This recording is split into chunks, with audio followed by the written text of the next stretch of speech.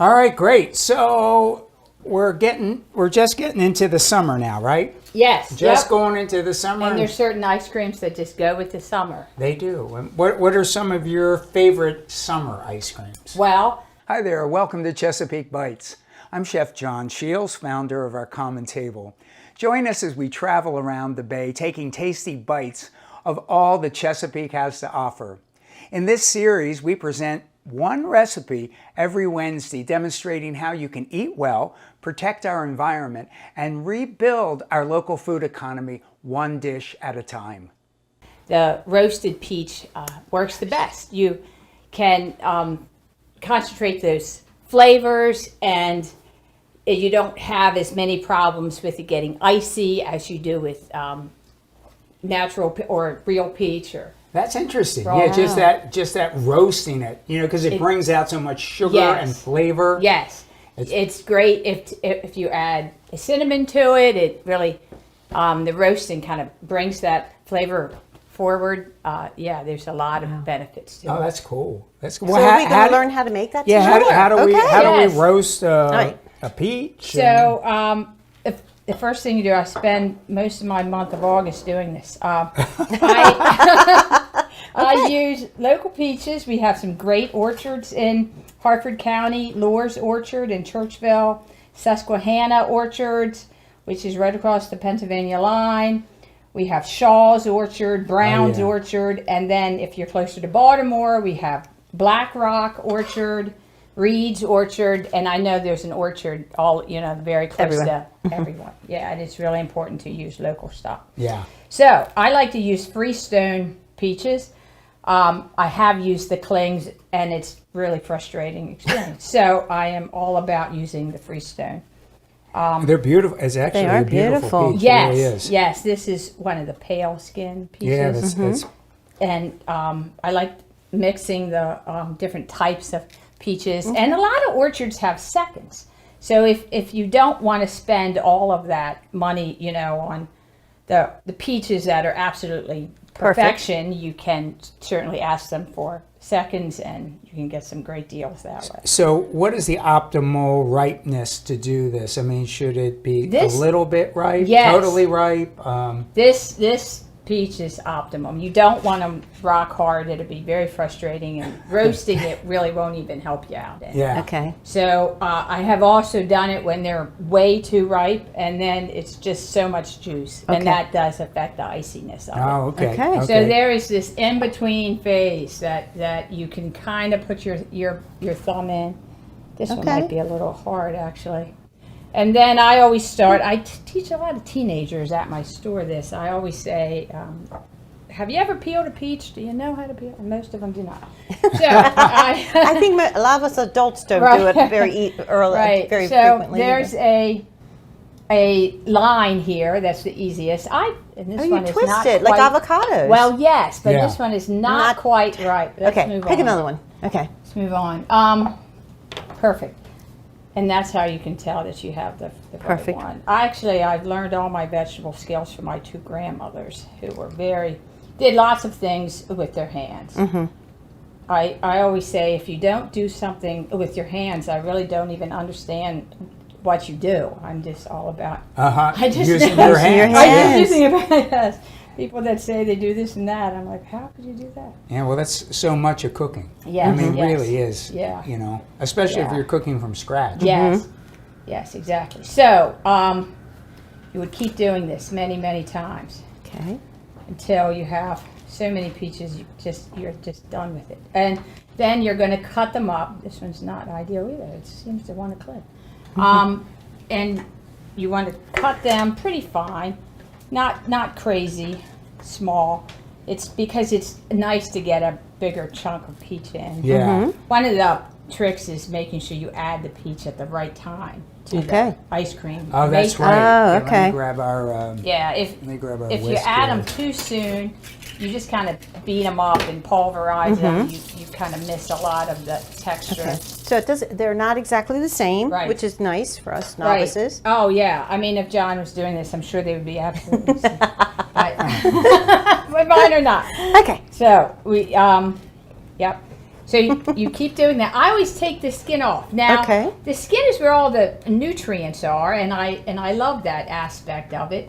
But it also kind of gets weird in the ice cream. I don't like what it adds to it, so I always take the skin off. Okay. Although I'm sure you could leave the skin on if you want. And then as we get closer to fall, I add a little cinnamon. It kind of gives it more of an autumn Flavor. And then when you roast this, your house will smell like peach pie and Nice. like your bake. It's just a fabulous smell. Oh, that's awesome. Yes. Didn't you tell me that you do it in a convection oven? Is Yes, that what you said? yes. Yeah. At my store, I have this little convection oven, Yeah. and I run it a couple times on different cycles. I kind of know what it is supposed to look like.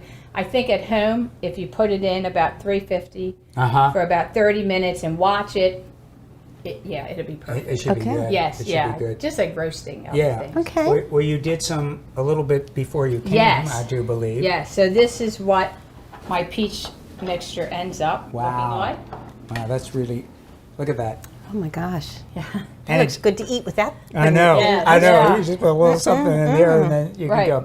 All right, so what we did the last time when we did the cinnamon ice cream, we came up with this easy recipe so that anyone that's not quite comfortable Right. with making, from scratch, Right, whether right. from a creme anglaise or an egg custard kind of thing, Right. that you can do it really easily. Right, very basic. And you can be pretty sure it's going to Yes. turn out for yes. you. And ingredients you can get in any store that are relatively inexpensive, and Yeah. So, but what do you do when you're making yours? Do you use an egg base? Do you use Well, we make our own ice cream mix. Yeah. On the farm, it's an all natural base, Yeah. so it's made with cane sugar, and we use a natural stabilizer. That's what gives it a creamier Yeah. texture. Right. So yeah. Oh, cool. All right. So this is what we call our easy peasy ice cream. So I have about 2 cups of half and half, Yes. Yep. Very good. and then we have about 2 cups of heavy whipping cream, Okay. and then this is sweetened condensed milk. Make sure that you do not get evaporated milk. Exactly. Very different. It Although is- not everyone knows that. It is is very, very very different. different. And this actually acts as a stabilizer. Yes, a So- stabilizer and a sweetener. Yes. You Yep. want to do that, and It's I'll good. see if It's a we- very old-fashioned It is. ingredient. You know, a lot of people have no idea what. Sweetened condensed milk. Oh. It's Yeah, the you find best. it in so many different recipes. Yes. It's kind of the staple for key lime pie. Yes, it That is. is what makes it happen. All right, so we have that. Sometimes when we did the cinnamon ice cream, we put a little cinnamon, Yes, but I yes. don't think we need to. Right, right. Just because we have the cinnamon in our peaches, correct? Yes. Now Now, you- some people get very fancy and add mint, peach mint, Ooh. Oh. or there's other herbs you can you can add. Oh, that's a great idea. You could Yeah. put some mint in here. Yes, yes. There's some Yep. ginger in there. peach Yep. yeah, Ah, Yeah. peach yes, ginger. So would you use fresh ginger with that, or would you use the candied ginger, or what would you put in Well, if you did it? I like to use the powdered ginger. Oh, the powdered I ginger, feel yes. like it gives it a real punch. Right. Yeah, because it's concentrated. Yes, I would agree. yeah. Yeah.